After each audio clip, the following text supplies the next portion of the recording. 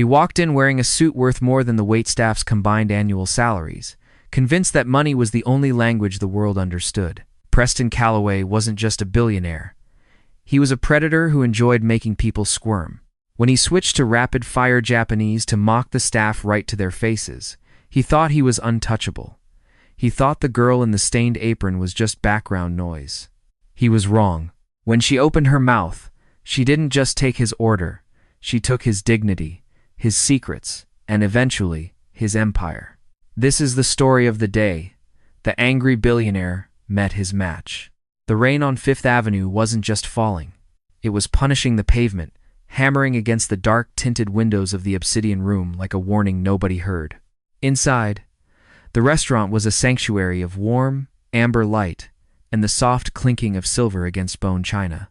It was the kind of place where a side of asparagus cost $40, and the water list was longer than the dessert menu.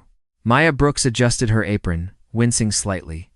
The strap was digging into a bruise on her shoulder, a parting gift from moving into her fourth walk-up apartment in Queens yesterday. She was 24, with dark circles under her eyes that concealer couldn't quite hide, and a pair of scuffed black shoes that had walked more miles than most luxury cars. Table 4 needs water. Table 7 wants the sommelier, not me.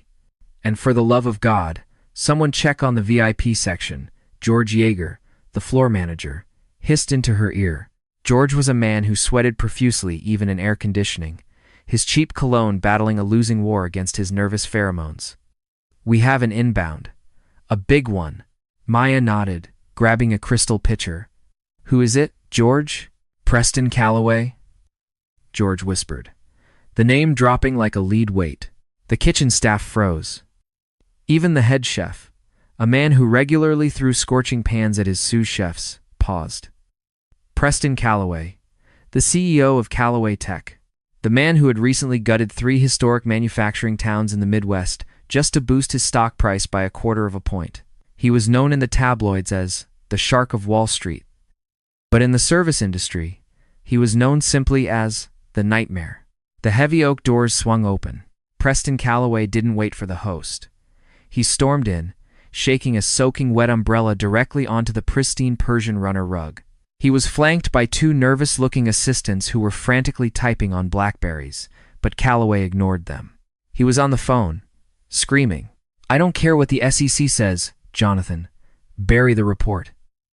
If that merger doesn't go through by Friday, you're not just fired, I'll make sure you can't get a job flipping burgers. He ended the call and shoved the phone into the pocket of a bespoke Brioni suit that fit him like armor. He looked around the room, his eyes cold, assessing the value of everything and everyone he saw, and finding it all lacking. Mr. Calloway. George rushed forward, his hands trembling. We weren't expecting you until 9. Your table is being prep. I don't wait, Calloway barked. His voice carried across the dining room, silencing a romantic proposal at table 6. I want the corner booth, now. And get this. He gestured vaguely at the wet umbrella he'd dropped on the floor, away from me. George scrambled. Of course. Right away. Maya, clear table 9. Now. Maya rushed over. Table 9 was technically reserved for a senator who was 10 minutes late, but nobody said no to Preston Calloway. She began clearing the settings with practiced efficiency. As she reached for a wine glass, Calloway brushed past her, his shoulder checking her hard enough that she stumbled. He didn't apologize. He didn't even look at her. To him, she was furniture. He sat down, spreading his legs wide, claiming the space. Where is the wine list? Why is this tablecloth wrinkled? God, the incompetence in this city spreads like a virus. Maya righted herself, taking a breath. Rent, she told herself. Just pay the rent. She approached the table, placing the leather-bound menu down gently. Good evening, Mr. Calloway. My name is Maya, and I'll be taking care of you tonight. Can I start you with... Calloway looked up. His eyes were icy blue, devoid of empathy. He looked at her frayed cuff, her tired eyes, and he sneered. You can start by getting someone who knows the difference between a Pinot Noir and a Pepsi, he said, his voice dripping with disdain. Get me the manager. I don't want a child serving me. Maya's jaw tightened. She had a master's degree in economics she wasn't using. She spoke 4 languages. But in this apron, she was just a target. "I assure you, sir, I am capable," she said softly. "Get the manager?" Maya stepped back, her face burning. The entire restaurant was watching. She turned and walked to the POS station where George was wiping his forehead. "He wants you," she said, her voice flat. "Oh God," George moaned. Okay. Stay close, Maya. I might need you to run interference." The storm had entered the room, and the thunder was just beginning to roll. The next 20 minutes were a masterclass in humiliation.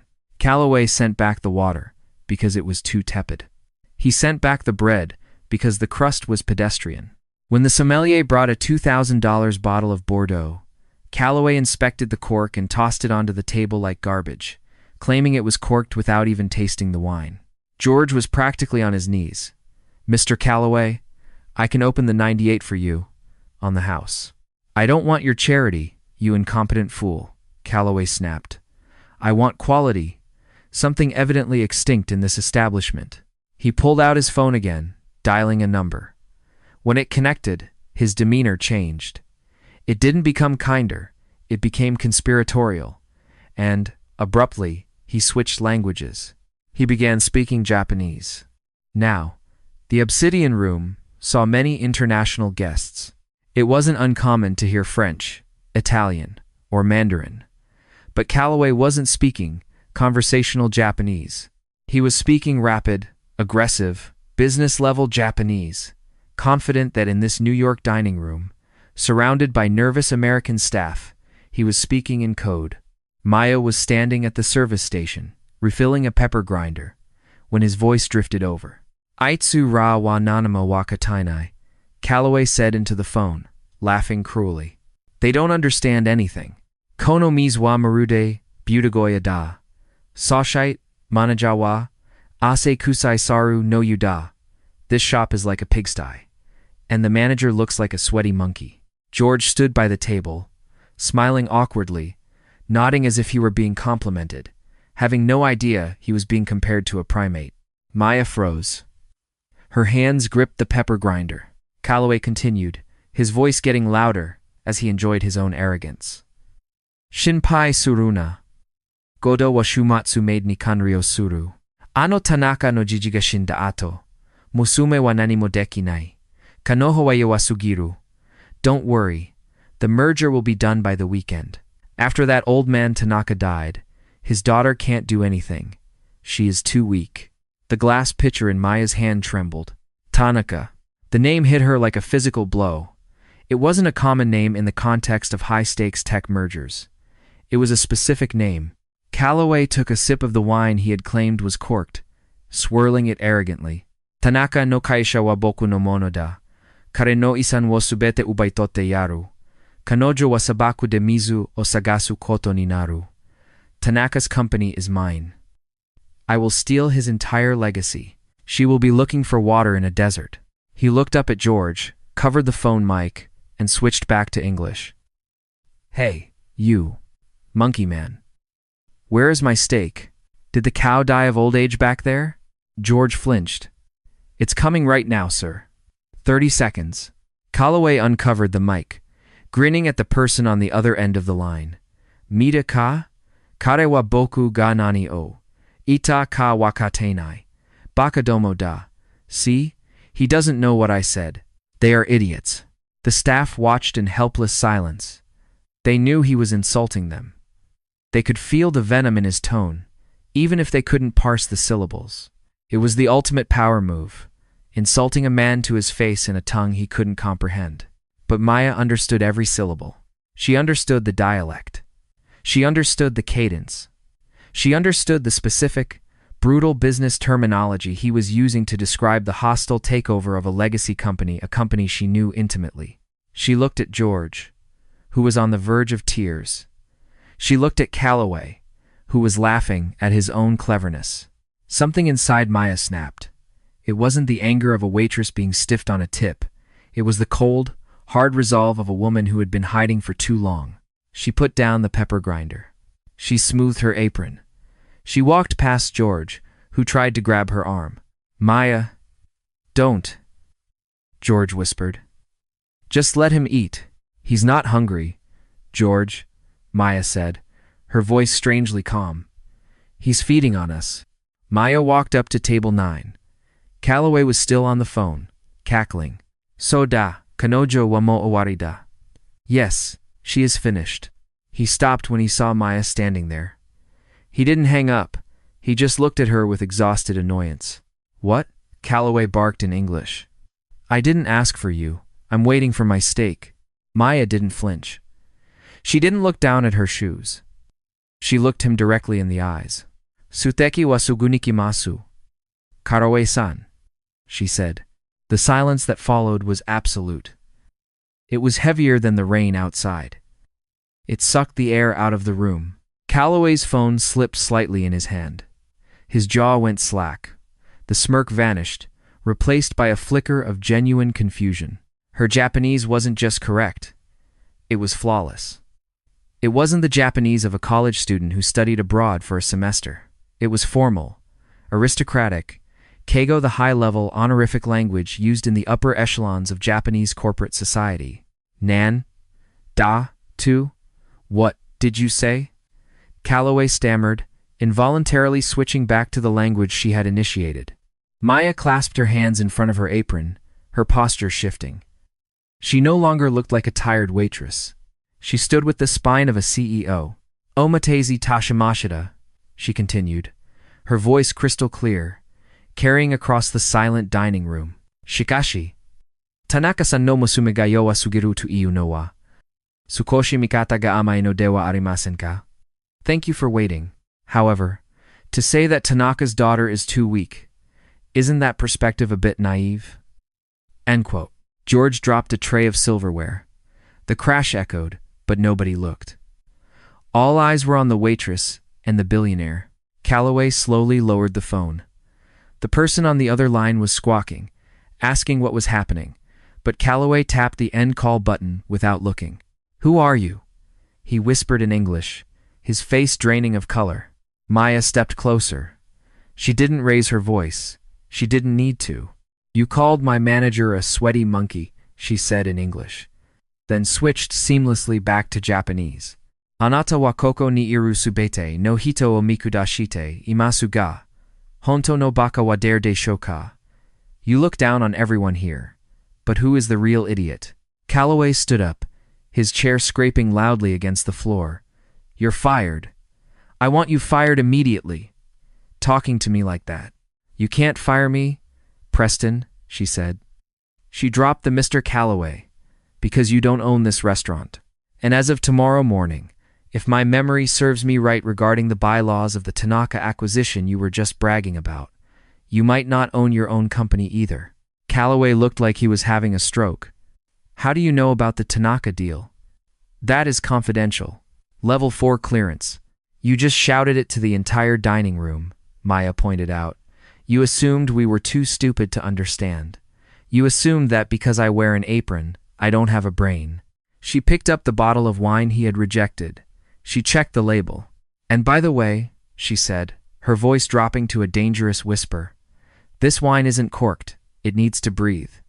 Just like you need to breathe before you sign the merger papers on Friday. Because there is a clause in the original partnership agreement between your father and Hiroshi Tanaka. Clause 14b. Calloway's eyes went wide. The legacy clause. The legacy clause, Maya repeated. It states that if the Tanaka bloodline has a direct heir who contests the sale within 48 hours of the closing, the hostile takeover is void, and the voting shares revert to the heir. Calloway stared at her. He looked at her dark hair, the shape of her eyes, the defiance in her stance. He looked for the ghost of his old business rival in her face. No, he breathed. No, that's impossible. Hiroshi's daughter disappeared 5 years ago. She's a dropout. A nobody. She's probably on drugs in some gutter. Maya smiled, but it didn't reach her eyes. It was a shark's smile. She's not in a gutter, Preston. She's in Queens. And she's serving you dinner. The silence in the obsidian room had shifted. It was no longer the silence of fear. It was the silence of a predator realizing the cage door was open. Preston Calloway stared at the waitress at Maya Tanaka, as if she were a ghost. The veins in his neck, previously bulging with rage, now pulsed with a different rhythm. Panic. He looked at the other diners. The senator at table 9 was watching with keen interest. The couple at table 6 had stopped holding hands. Everyone was listening. Calloway forced a laugh. It sounded like dry leaves crunching. "This is absurd," he announced to the room, though his eyes never left Maya's face. "This is a shakedown. You're a delusional waitress looking for a payday. Hiroshi Tanaka's daughter is unavailable." "Is she?" Maya asked. She didn't retreat. She took a step closer to the booth. "Do you remember the summer of 2012, Preston? You were on my father's yacht in the Mediterranean. You were trying to convince him to invest in that lithium mine in Nevada. He told you it was a bad bet." Calloway's left eye twitched. Maya continued, her voice low and steady. "You got drunk on scotch. You told me I was 14 years old, that business is just war without the bullets. You gave me a silver dollar from 1,922 and told me it was your lucky charm. You lost that lithium deal 3 months later, and I still have the coin." The color drained from Calloway's face so completely he looked like a wax figure. That was a private moment. No tabloids, no assistants. Just 2 men and a bored teenager on a boat. "Everyone out," Calloway hissed to his assistants. "Get out, now." The 2 men in suits scrambled toward the exit. George, the manager, looked terrified. "Maya, you too, George," Calloway snapped. "Clear the room. Buy everyone's dinner. I don't care what it costs. Get them out." George looked at Maya. She gave him a small, reassuring nod. "It's okay, George. Go." Slowly, the restaurant emptied. The senator lingered the longest, jotting something down in a notebook before leaving. Within 5 minutes, it was just the billionaire and the waitress in the dim amber light. Calloway sat back down, unbuttoning his suit jacket. The arrogance was gone, replaced by the shrewd, calculating look of a man negotiating for his life. "You ran away," he said, his voice flat. "5 years ago, you walked away from a $4 billion fortune. Everyone thought you were dead or institutionalized. Why come back now? For a tip?" "I didn't come back," Maya said, picking up the dirty napkin he had thrown on the floor earlier. "I've been here, living, working, learning what life is like when you don't have a safety net. You're scrubbing tables. I'm earning a living. There's a difference. Something you wouldn't understand." Calloway reached into his jacket pocket. He pulled out a checkbook. It was a long, sleek leather binder. He clicked a gold pen. "How much?" he asked. Maya paused. "Excuse me?" "The clause. 14B. You're right, of course. If you file an injunction before the board meets on Friday, you can freeze the merger. You can drag this out in court for years. My stock will tank. My partners will bail." He scribbled a number. "I will pay you $20 million right now. You take it. You disappear. You go to, I don't know, Bali. Buy a hotel. Stop playing waitress." He tore the check out and slid it across the white tablecloth. It sat there, a piece of paper worth more than the entire building they were standing in. Maya looked at the check. She looked at the zeros. She thought about her apartment in Queens with the leaking radiator. She thought about the student loans she had taken out under a fake name to finish her degree without touching her trust fund. She reached out and picked up the check. Calloway smiled. It was a smug, victorious smile. "Everyone has a price, Maya. Even the righteous ones. Especially the righteous ones." Maya looked him in the eye. "You're right, Preston. Everyone has a price." She slowly, deliberately, ripped the check in half. Then in quarters. She let the confetti pieces fall onto his half-eaten steak. "But mine isn't money," she said. "My price is your resignation." Calloway's smile vanished. "You're insane. You have nothing. You have no lawyers. You have no capital. You're a waitress in a borrowed apron. You think you can stop me? I have the best legal team in New York. I will bury you in paperwork so deep you'll need a snorkel to breathe." "You forgot one thing," Maya said, untying her apron. She pulled it off and folded it neatly, placing it on the table next to the ruined check. You forgot that before my father was a businessman, he was a teacher.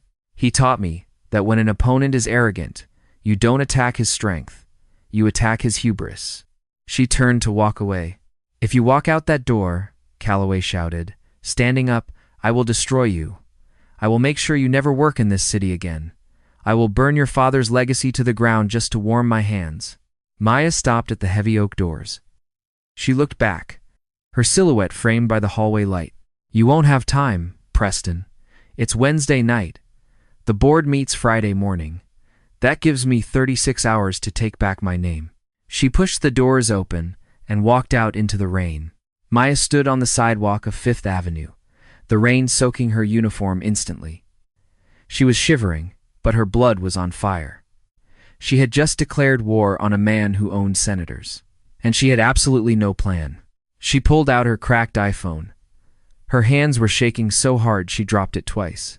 She scrolled through her contacts, past George, manager, and landlord, down to a number she hadn't dialed in 5 years. It was listed simply as The Watchman. She pressed call. It rang once, twice, 3 times. Hello? A voice answered. It was old, gravelly, and sounded like it had been smoking cigars since the 1970s. Walter, Maya said, her voice breaking. It's Maya. There was a long silence on the other end. Maya? Maya Tanaka? I need help, Walter. He's trying to kill the company. He's trying to erase Dad. Where are you? The voice was instantly sharp, alert. Walter Bishop wasn't just a lawyer. He was the legal pit bull who had guarded Hiroshi Tanaka's empire for 40 years, until he was forced into retirement by Calloway. I'm on 55th and 5th. I just quit my job. Get to the library, Walter said. The public library, on 42nd. The reading room. Don't go to your apartment. If Calloway is as scared as I think he is, he'll have private investigators tearing your place apart within the hour looking for leverage. Do you have the documents? What documents? The original incorporation papers. The ones your father kept in the safe. No. I have nothing, Walter. I have $60 in a MetroCard. Damn it, Walter swore. Okay. Listen to me. We have to build a case from scratch. Meet me at the library. And Maya? Yes? Put on some dry clothes. You can't conquer the world looking like a drowned rat. 2 hours later, inside the vast, echoing silence of the New York Public Library, an unlikely war room was formed. Walter Bishop was 72 years old, wearing a trench coat that looked like it belonged in a noir film. He slammed a heavy briefcase onto the table. Here's the situation, Walter said, ignoring the librarian who shushed him. He spread out a series of papers. Calloway has the board in his pocket. He has 45% of the voting shares. The Japanese investors hold 30%. The rest is public float. Maya scanned the documents. Her mind, dormant for years, suddenly clicked back into gear. She wasn't just reading text. She was seeing the matrix of the deal. The Japanese investors, Maya said, pointing to a list of names. Yamamoto Industries. Kusanagi Corp. They are traditionalists. They value honor above profit. Usually, Walter corrected. But Calloway has been feeding them lies. He told them you were dead. He told them your father's dying wish was to sell to Calloway Tech. He played on their sympathy to get their proxy votes. So we just need to tell them the truth, Maya said. It's not that simple, Walter sighed, rubbing his temples. We can't just walk in there. To enter the boardroom during a closed session, you need to be a shareholder of record with at least 5% equity. You, my dear, technically have 0. The trust, Maya said softly. Walter froze. The Blackwood Trust? Maya, you swore you'd never touch it. You said it was blood money. I know what I said, Maya replied. Her eyes were hard. I was 19. I was angry that my father spent more time with his stocks than with his daughter. I wanted to be free. She looked out the window at the city skyline, at the towering Calloway Tech building in the distance. But I realized something tonight, she continued. Freedom isn't about running away. It's about standing your ground. If I don't use that money, Calloway wins. And if Calloway wins, everything my father built, the scholarships, the green energy patents, the employee pension funds, he'll gut it all for parts. The trust is worth $300 million, Walter whispered. It's been sitting in an escrow account in the Cayman Islands, accruing interest. But accessing it, it takes time. We need biometric verification. Signatures. We can't do that by Friday morning. Maya slammed her hand on the table. We have to. There has to be a way. Walter looked at her. He saw the fire. He smiled. A crooked, jagged thing. There is one way. But it's dangerous. And it's illegal. I don't care. We can't access the cash, Walter explained. But we can access the voting rights attached to the trust's shadow shares. Your father set up a fail-safe. A physical key, a literal, physical key that overrides the digital locks. Where is it? It's not in a bank, Walter said. It's in the one place your father knew Calloway would never look. The one place Calloway hated more than anything. Maya's eyes widened. The dojo. Her father had built a small, traditional martial arts dojo in the basement of the old Tanaka manufacturing plant in Brooklyn, the very plant Calloway had shut down and condemned last month. It was slated for demolition on Monday. The building is boarded up, Walter said. It's surrounded by Calloway's private security. They're guarding it to make sure no union workers get back in. Maya stood up. She grabbed her coat. Then we have to break in, she said. Maya, you're a waitress. You're not a cat burglar. Maya tied her hair back. I'm a Tanaka, and I know that building better than the security guards do. I used to hide in the ventilation shafts when I was a kid. Walter groaned, closing his briefcase. I'm too old for this. If we get arrested, I'm representing myself. Thursday night was a blur of shadows and adrenaline. The old Tanaka factory loomed like a rotting beast against the Brooklyn sky. Chain-link fences topped with razor wire surrounded the perimeter. Private security guards from a firm called Blackstone Shield patrolled with flashlights and German shepherds. Maya and Walter sat in Walter's beat-up sedan, a block away. This is insanity, Walter muttered. I was the general counsel for a Fortune 500 company. Now I'm the getaway driver. Keep the engine running, Maya said. She was dressed in black sweatpants and a hoodie she'd bought at a 24-hour convenience store. She slipped out of the car and moved toward the perimeter. She didn't go for the gates. She went for the drainage pipe on the south side. It was a tight squeeze. If she had eaten that steak Calloway ordered, she might not have fit. She crawled through the mud and slime, the smell of rust filling her nose.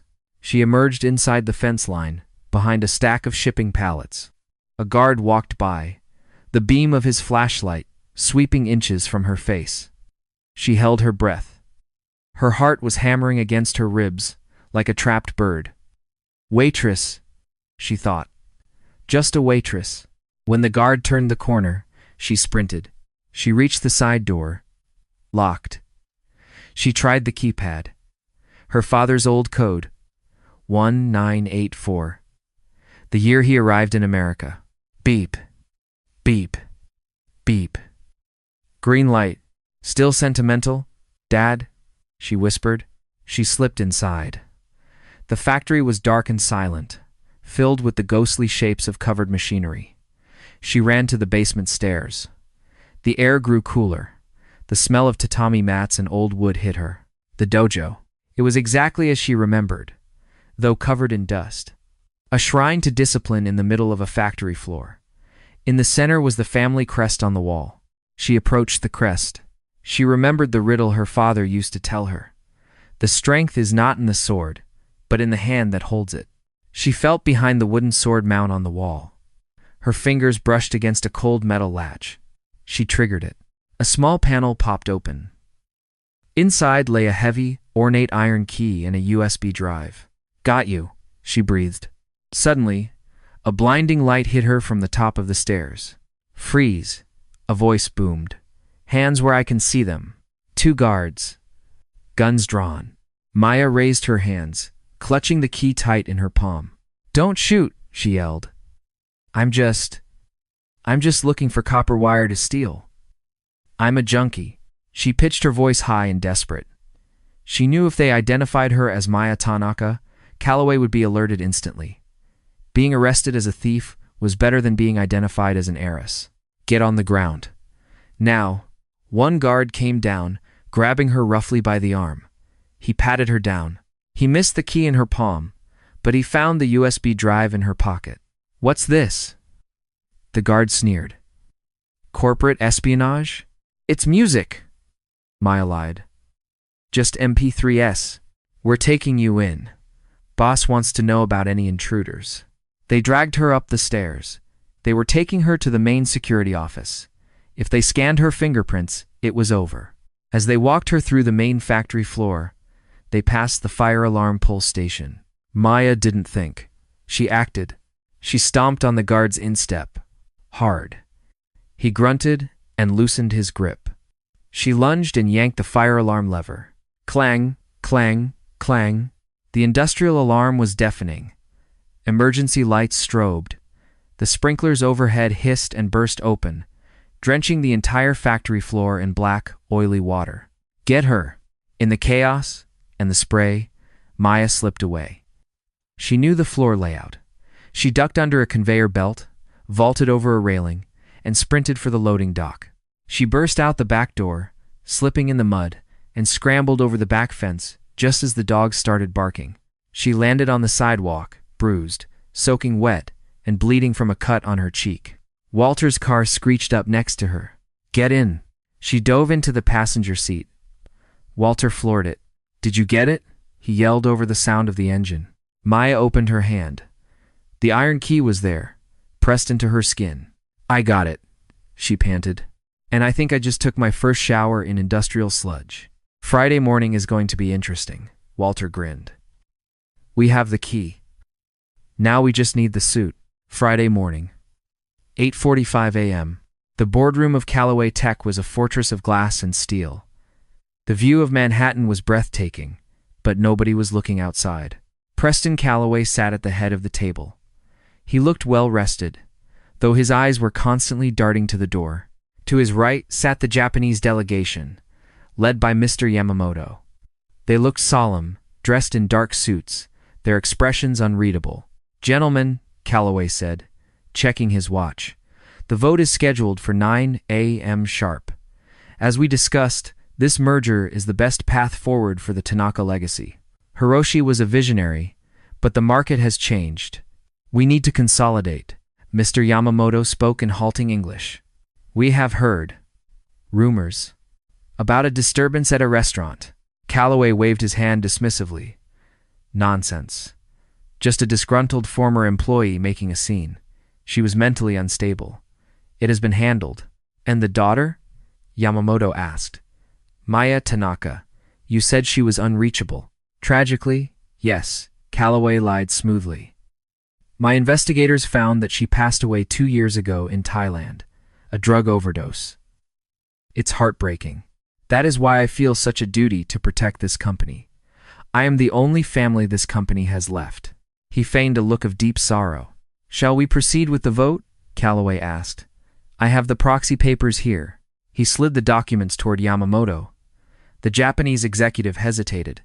He picked up his pen. The clock on the wall ticked. 8:58 a.m. Sign it, Yamamoto-san, Calloway urged gently. For Hiroshi, Yamamoto lowered the pen to the paper. Bam! The double doors to the boardroom didn't just open. They were thrown wide with enough force to crack the plaster. Security guards tumbled into the room, looking flustered. Sir, we tried to stop her. She has a valid ID. Calloway stood up, furious. What is the meaning of? He stopped. Standing in the doorway was a woman. She wasn't wearing a stained apron. She wasn't wearing a hoodie. Maya Tanaka wore a vintage white Channel power suit, her mother's suit, retrieved from storage by Walter. It was tailored to perfection. Her hair was pulled back in a severe, elegant chignon. She wore no jewelry, except for a simple pin on her lapel. The Tanaka family crest. She didn't look like a waitress. She looked like a queen coming to reclaim her throne.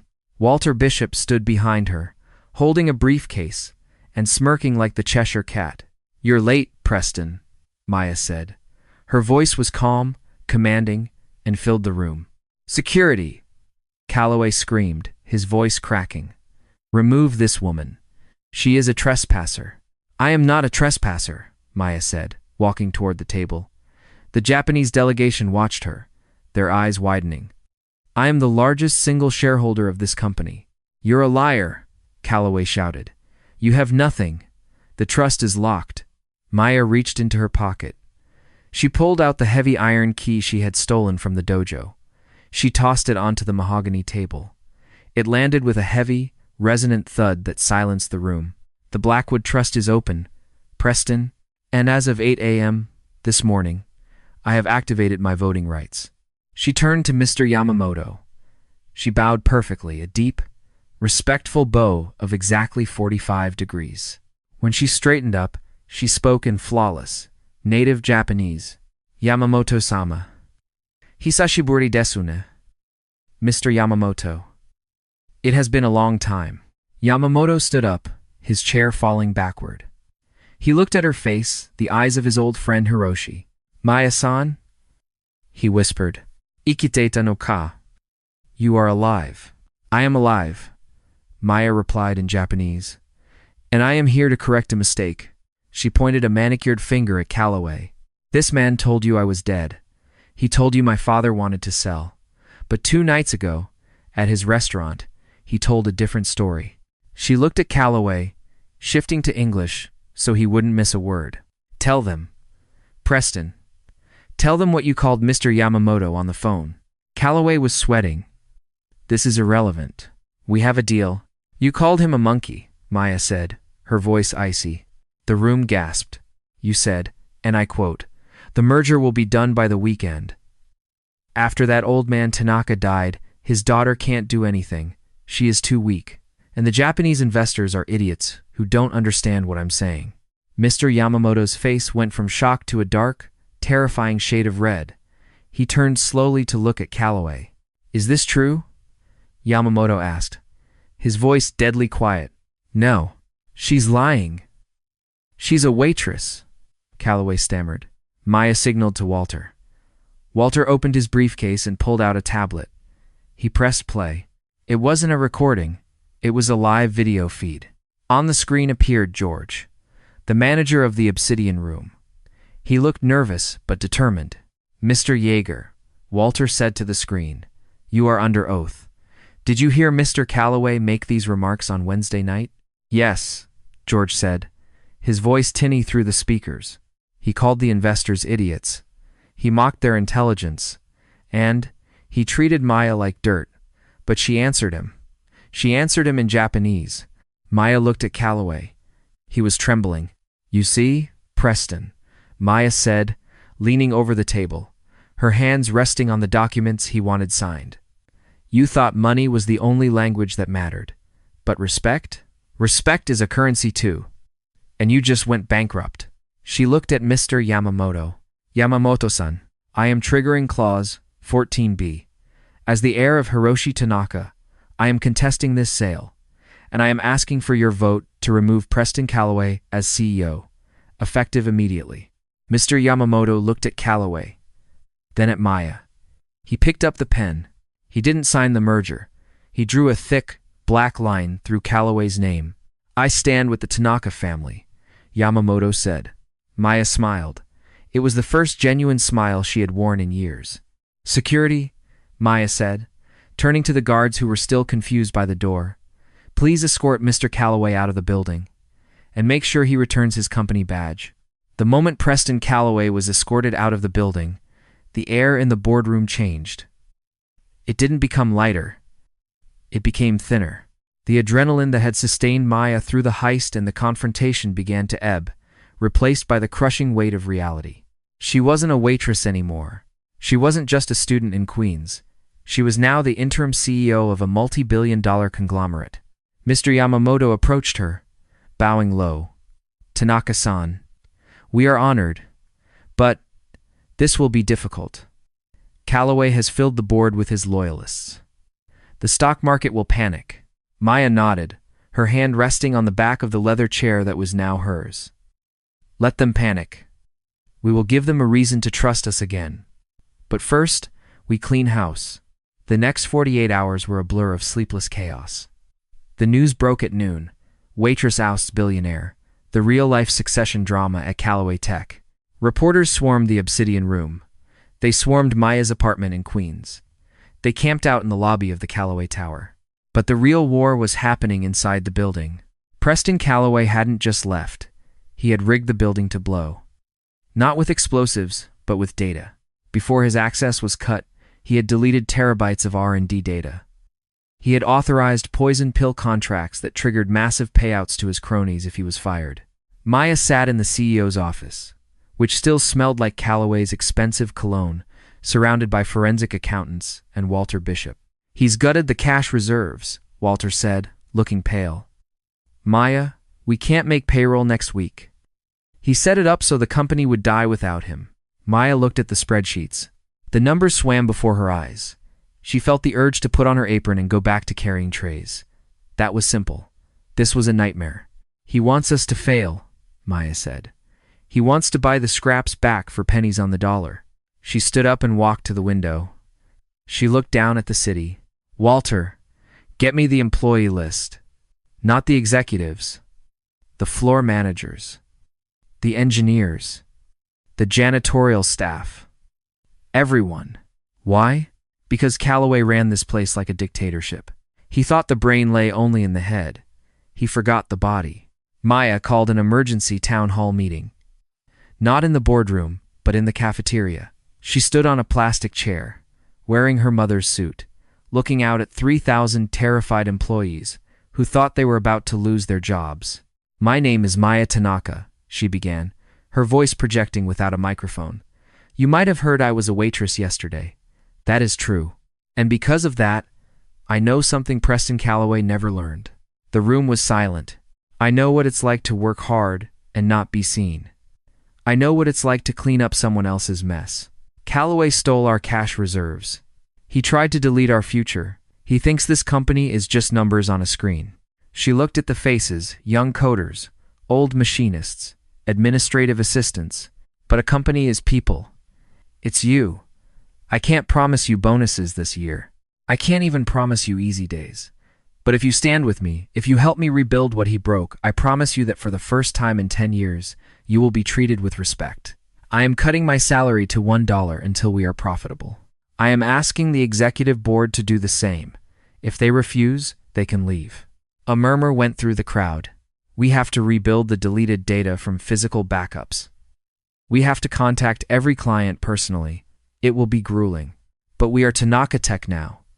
And we don't break." For a moment, nothing happened. Then, a single person started clapping. It was a junior engineer in the back. Then another. Then the room erupted. It wasn't the polite applause of a boardroom. It was the roar of an army that had finally found a general worth fighting for. 3 years is a lifetime in the world of high finance. It is enough time for fortunes to be built, empires to crumble, and legends to be written. New York City lay under a blanket of fresh December snow, the sounds of the traffic muffled by the white drifts. On Fifth Avenue, the holiday lights were blazing, but the warmest glow came from the windows of the Obsidian Room. A sleek, black electric sedan, a prototype from the new Tanaka Tech sustainable line, glided silently to the curb. The doorman, a young man bundled in a thick gray coat, rushed to open the rear door. He didn't expect a tip. The company policy, instituted by the new owner, ensured he was paid enough to not rely on the whims of strangers. But the woman who stepped out pressed a folded bill into his hand anyway, accompanied by a genuine smile. Maya Tanaka stood on the sidewalk for a moment, letting the cold air bite her cheeks. She looked different than the girl who had shivered in a thin hoodie while breaking into a factory. She wore a coat of charcoal wool, tailored to perfection, and her posture was that of a woman who carried the weight of thousands of livelihoods without stumbling.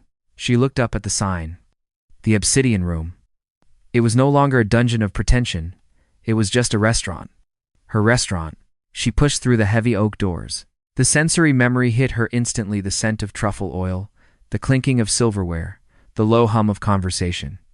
But the tension was gone. The staff moved with a rhythm of professionalism, not fear.